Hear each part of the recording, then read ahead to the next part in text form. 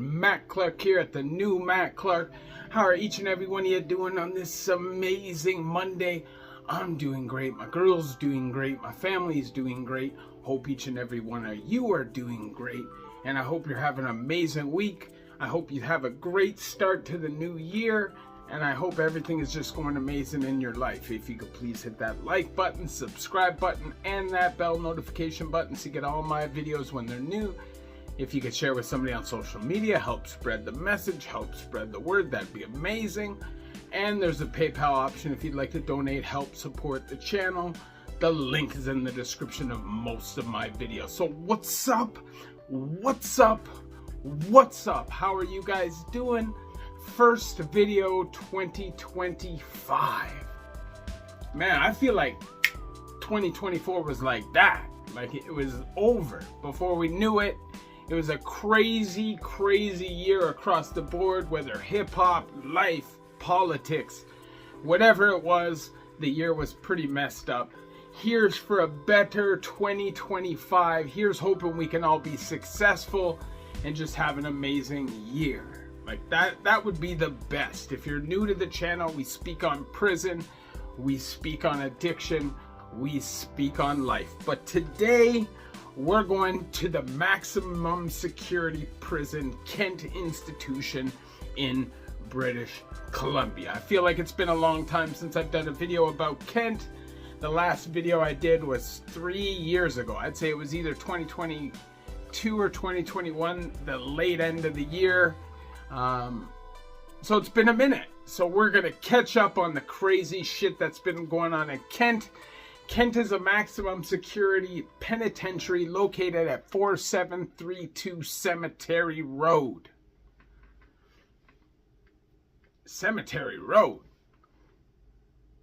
That's crazy. I don't like that.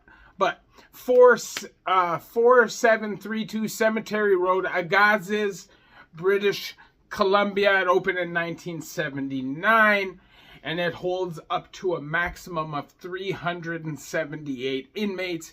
It's the only prison for maximum security only in the Pacific region of Canada, which is British Columbia and the Yukon territories.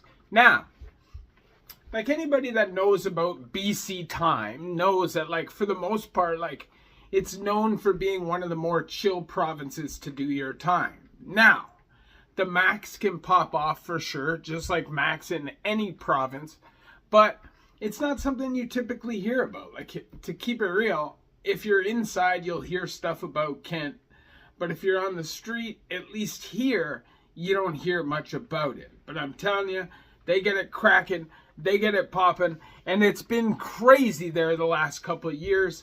I have some stuff to talk about, which is just a piece of what really happened there during this time. We know that the Canadian prison system doesn't release this information typically unless they have to. Like, it's pretty rare, you know. Our media is pretty controlled by our government. Hopefully with Trudeau out of there, things can change in this country, but who the fuck knows? Who knows who's going to take power? Who knows what the direction is going to be? I hope it's positive, and I hope that there's bright futures for us. You know, it's not about just living in a country that's safe-ish, you know. You know, the reality is a lot of us can't even comprehend possibly buying a home in the area that we live in and creating that, you know, ideal life for yourself and a family, if you want to create that, is terrible. And cost of living is shot through the roof. So hopefully things can get better. But let's go to Kent Institution. Now I'm going to start talking about a little bit of violence, because it's been surprisingly violent in Kent Institution over the last couple of years. The video I did last time, I think, was 2022, maybe the end of 2021. And since then, there's been quite a bit of stuff. I'm not going to talk about everything, obviously, but we know that these prisons are kept running for job security and stuff like that. And although prison is necessary, if they created rehabilitation programs and trades and stuff and created opportunity for guys who didn't see much hope, you would most likely have less people committing crimes, and change their lives in the future would be a possibility because they'd see a possibility. But the reality is this institution employs 300 plus people. Those are government jobs, high paying jobs. So I don't see any of these prisons shutting down anytime soon. But let's get to the violence, okay? So first incident, January 9th, 2025, a man who is said to have gang affiliation ties was stabbed multiple times in the yard and taken to hospital. I'm not going to mention the gang affiliation. I don't get into that on my channel. It's just not something I want to get into. I don't want to get into all the politics and make that what my channel is about. So we'll just say that this person was stabbed multiple times and taken to hospital. Now, December 15th, 2024, inmate Christopher Braun, 43 years old, serving a life sentence for second-degree murder, died in custody following a serious assault. Now, I've talked about this many times on my channel. Dying in prison is the last thing you'd ever want to do. It's the last thing your family would ever want to go through. I guarantee you it's a very lonely death. I guarantee you it's a scary death. And I just feel like it's something that nobody should have to go through. You know, if you're breaking the law and your punishment is to go to jail, you should be safe while you're there, or you shouldn't be sent somewhere where a percentage of people are being killed because maybe they're not that kind of person. But the reality is, prison is what it is. You know, you're locked up with murderers, rapists, robbers, thieves, bank robbers, whatever. You're locked up with everybody. So your life is in danger constantly. You can't really trust anybody, although you may find some really solid motherfuckers up in there. But you know, to be real, you shouldn't and can't really trust anybody. You got to be on your P's and Q's all the time, and you have to traverse it in a way that only a bad boy could to get out of there. You know, that's the main goal. Get out of here. And all of these stories I'm telling you right now, including this one with Christopher Braun losing his life, a 43-year-old who had already lost his life. Like, think about it. You're already doing a life sentence for a second degree. I figure he's probably doing 17 to 18 years to life, which means his parole eligibility is in the late teens. That's what I would assume, being on a second degree. Meaning you're already going to have to be on perfect behavior to get out within 20 years. And now you've been killed and there's no hope. And it's just a terrible thing. I don't care what somebody does in the past, you know, within reason. I'm not a fan of child, so I don't fuck what happens to them. And people can say that I'm being a hypocrite or that's not right. They also should get an opportunity. I don't give a fuck. I was a victim to that shit. And I feel like every one of them should be in a fucking firing squad. But aside from that, I feel like people have a chance and the possibility for changing and turning their life around and being a positive and uplifting member of society instead of a burden. But you need to see hope. And the more of this shit you see, the less likely it is that you're going to turn it around. Rest in peace, Christopher Braun.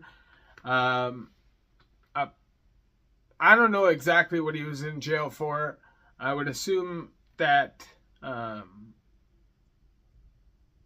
it doesn't matter, right? So, rest in peace to that dude. Now, December 3rd, 2024, there was a violent assault. Inmates sent to hospital, outside hospital, to receive treatment. One thing I've noticed about a lot of these attacks, especially in the last couple of years, is the inmates are getting airlifted to an outside hospital, which means it is a very serious assault. You have healthcare right in the joint. They can stitch you up. They can do minor shit for sure. They can give you antibiotics and anything you may need for an infection. So they can treat minor shit. So if you're getting airlifted to an outside hospital, it probably means either a lung's been collapsed or there's just a real possibility for some internal bleeding and some dangerous stuff. So I would say anytime you read that, it's probably a pretty violent assault, whether it's being jumped and stabbed at the same time. It's terrible. So that was December 3rd, 2024. Now, November 14th, 2024, another inmate was assaulted and sent to an outside hospital for treatment. Now, this explains perfectly how the Canadian system works. That is all the information I could get on that. Violent assault, inmate sent to outside hospital. Conditions of the inmate are not known at this date. And that's what you find out and see with a lot of stuff going on in this country. It's a shame that there's zero transparency with the prison system. You can, in the States, find out information about anything and anybody. You may just have to spend some money, I guess. Like someone like 1090 Jake or something like that, right? They get all that information. You can't get that shit. A lot of that in Canada. I know that there's like freedom of information and stuff, and once that stuff happens, you can find it, but it's much more difficult here. That's a fact. So November 14, 2024, another inmate was taken to the outside hospital. I don't know if it's September 1st or something. This year, officer was stabbed at Kent Institution. So what happened was, motherfucker was going at a dude. Wah, wah, wah, wah, wah, wah. And I guess shit like chilled out. Officer came and started giving aid to the inmate. The other inmates, I guess, weren't fully done their assault yet, and decided that not only were they going to finish their assault, but they were also going to assault the officer for getting involved. That was September 2024. It just shows you, man. It doesn't matter where you're doing your time. It really doesn't. If shit pops off, if it does. Like, I've seen shit go crazy in Tayak, the West, the East, the Don. I've seen shit go crazy in Lindsay, in the Hearst. I've seen shit go crazy in the Pen. The reality is people are human beings, and every once in a while, all that testosterone, emotions, stress, frustration, anger builds up, and somebody fucking loses their mind. Like, I've told the story before, but I was just out in the yard, just chilling, just walking down the yard. This guy's just leaning up against. Another guy just walks by, turns, and just starts fucking shanking him. I'm literally like dodging the blood as Buddy's being shanked repeatedly in his head. This is prison. And even if you're the model inmate who stays out of the politics, stays out of the bullshit, you're still going to see it. It's something you can't avoid. This officer, do you think he thought he was going to be stabbed when he was administering aid? Probably not, but he was. Now we're going to go back a little bit. November 20th, 2023. Dale Apney was severely assaulted and airlifted to an outside hospital. He didn't die right away. He died like 4 or 5 days later. He was serving a 13-year sentence for shooting a rival gang member in the face. That's what the report said. So, what that means, I don't know. Sometimes people are labeled as gang members when they're not. Maybe people just have polys with each other, but it's not gang affiliated. Even though they are, you know what I'm saying? And then sometimes it is definitely gang affiliated. I don't want to speculate, but this dude died 5 days later. That would be the second homicide at Kent Institution in like a year and a bit. And another person who dies without their loved ones, friends, family, who knows where, tucked behind a toilet, in the yard, in the gym, in front of a bunch of people staring at you, but not helping you. It's got to be a pretty fucking lonely death, man. It really does. Just think about it. Just think about what it would be like to be like laying behind a dirty prison toilet, getting your head stomped and your body stabbed to death. Nobody there to be there for you, support you, love you through your death. Terrible. Terrible fucking existence. And I don't think any human being should have to go through that. Like I said, I've done a lot of time, I've done a lot of crime, but I never got off on hurting people. I never felt good about hurting people physically. And I don't think there's a reason to hurt people. I really don't. It's not something I believe in. It's not something I stand for. And if I had my way, we'd live in a peaceful fucking world where everybody can just chill, smoke a spliff, have a pint, have some good food, relax, listen to music, get along, play sports. You know what I'm saying? Where we're just chilling. But there's so much polys nowadays. There's so much racial tension. There's so much political tension. And it's all stoked by the media. Oh, it's just crazy what's going on. And I hope that we're smart enough to see what's going on and shake it off ourselves before anything serious pops off. Now, April 5th, 2022, helicopters were dispatched to Kent Institution. This is 2022, April 5th. Because an inmate had been stabbed 5 times and definitely needed to be airlifted. And then on April 22nd, or April 27th, 2022, another inmate had to be airlifted because he was stabbed 40 plus times. At the exact same time that another inmate was brutally stabbed and attacked at Masque Institution. Is it just a coincidence? I don't know. Is it a plan? I don't know. But it all sucks. And I'm telling you, nobody ever goes to prison and in their mind is thinking, man, when I get there, the first thing I want to do is get stabbed. Nobody's thinking that. And I'm sure 95% of people that go through the system for the first time are a little intimidated. They're kind of on their best behavior. Not everybody. There's a lot of nut bars that go straight to max. They refuse to follow any of the rules or anything so that they can get to a lower security joint. They just go to max and turn up their whole bit. But that's not what most guys want to do. Most guys want to fucking chill. They do. But when you're locked up with a bunch of people, you have no idea how much time you're going to do, because when you're doing your dead time, you really have no idea. Your family life, kids, wife, whatever, is out in the street, living life and moving on without you, which sometimes can be a very difficult thing to cope with. And life itself is moving on day by day by day. You're getting older and older and older, missing more and more and more opportunities, and it's less and less likely that you will succeed in your fucking life. I have a homeboy that I've been talking to recently, and I love him. He's like one of my best friends. But he seems to just get himself into so much shit. No matter how much you talk to him, try to get through to him, it doesn't matter.